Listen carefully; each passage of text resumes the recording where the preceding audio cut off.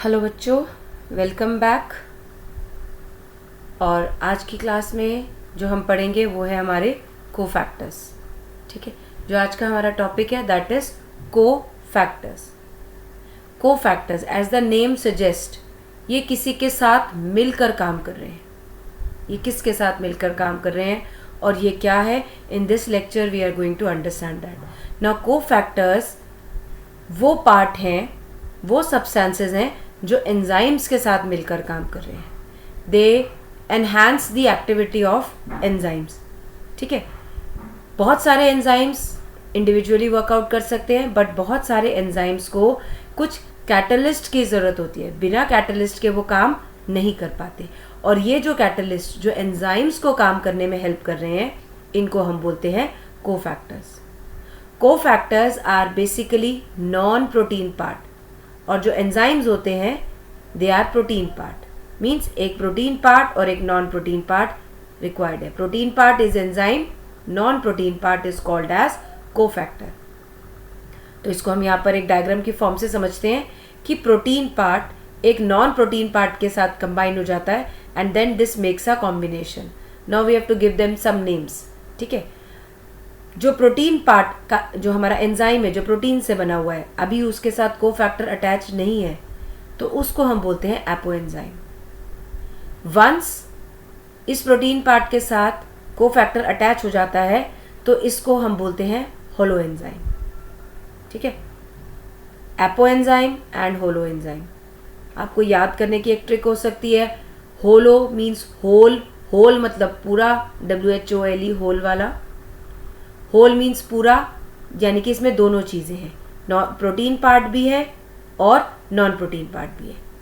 Protein part के इसको हम बोलते हैं apo enzyme, non protein part को बोलते हैं कोफैक्टर, और टोटल मिलाकर दोनों के कॉम्बिनेशन को हम बोलते हैं होलो एंजाइम। अब कोफैक्टर्स अगर नॉन प्रोटीन पार्ट है तो then definitely a question arises कि ये किससे बने हुए हैं।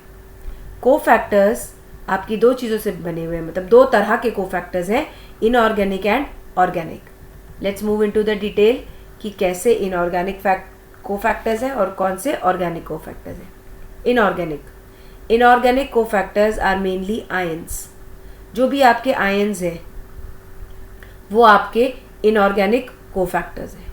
ठीक है, ये आयंस हेल्प करते हैं कुछ एंजाइम्स को काम करने के लिए। अब कौन से आयंस किस एंजाइम के लिए काम कर रहे हैं, यहाँ पर ये थोड़ा सा डिटेल में आपको दिख रहा है। नाउ ये जो डिटेल है ये आपकी थ्रू आउट बुक्स में मेंशन है, मतलब कोई कहीं किसी लेसन में 11th में और किसी लेसन में 12th में। तो this is a conclusion of all the cofactors जो आपकी बुक में लिखे हुए हैं here and there. I have tried to make a summary of this and maybe ये आपके लिए हेल्पफुल हो। आप यहाँ से इसको लर्न ज़रूर करें। ठीक है, सो मैग्नीशियम आयंस जो हैं ये इनऑर्गेनिक कोफैक्टर्स हैं। एक तो हमने ये पढ़ा मैग्नीशियम आयंस। मैग्नीशियम आयंस किन के साथ एसोसिएटेड है?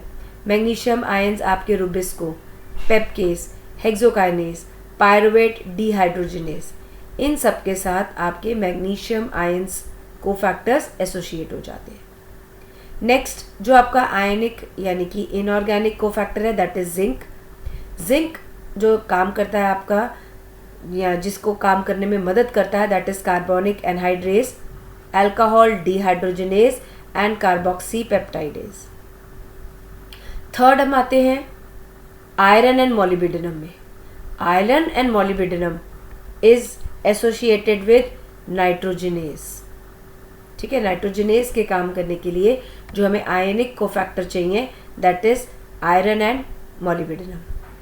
मोलिब्डेनम एक और ऐसा इनऑर्गेनिक कोफैक्टर है जो आपका नाइट्रेट रिडक्टेस के लिए हेल्पफुल है। सो ये सब है आपके इनऑर्गेनिक कोफैक्टर्स। ठीक है, अब हम बात करते हैं हमारे ऑर्गेनिक कोफैक्टर्स की। Organic cofactors can be classified into two groups, coenzymes and prosthetic group. Coenzymes वो कोफैक्टर्स हैं जो एपो एंजाइम के साथ लूजली बाउंड होते हैं। ठीक है, ये कौन से कोफैक्टर्स हैं जो एपो एंजाइम्स के साथ लूजली बाउंड होते हैं। जब रिएक्शन होना है देन ये कोएंजाइम जाकर एंजाइम के साथ बाउंड हो जाएंगे और रिएक्शन कंप्लीट हो जाएगा. आफ्टर कंप्लीटिंग द रिएक्शन ये एंजाइम से अलग हो जाते हैं. ठीक है. They are organic, they bind transiently during reaction only and they are loosely bound. One more very important point is कि ये जो है विटामिन्स से डिराइव्ड होते हैं. They are derived from vitamins. इनके कुछ एग्जाम्पल है NAD, NADP एंड FAD. ये तीनों जो आप नाम देख रहे हैं ये हमारे इलेक्ट्रॉन कैरियर्स में मदद करते हैं, ऑक्सीडेशन रिडक्शन रिएक्शंस में हेल्प करते हैं, और ये भी हम आगे आने वाले लेसन्स में इसकी डिटेल स्टडी करेंगे. नेक्स्ट जो हमारा ग्रुप आ रहा है that is prosthetic group. Prosthetic group में क्या है?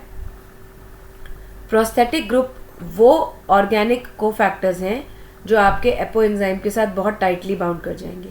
इतना टाइट बाउंडेशन है इनका कि अगर इनको सेपरेट करा जाए तो इससे एंजाइम की एंजाइमेटिक एक्टिविटी खराब हो जाएगी, क्योंकि एंजाइम विल बिकम डीनेचर्ड. तो प्रोस्थेटिक ग्रुप बाइंड टाइटली, और इनमें कौन सा बॉन्ड फॉर्म होता है? Covalent bond. ठीक है. दे bind tightly with covalent bonding. अगर ये रिमूव करे जाते हैं तो एंजाइम डीनेचर्ड हो जाता है. ठीक है. इसका एग्जाम्पल है heme. Heme is a prosthetic group of catalase and peroxidase.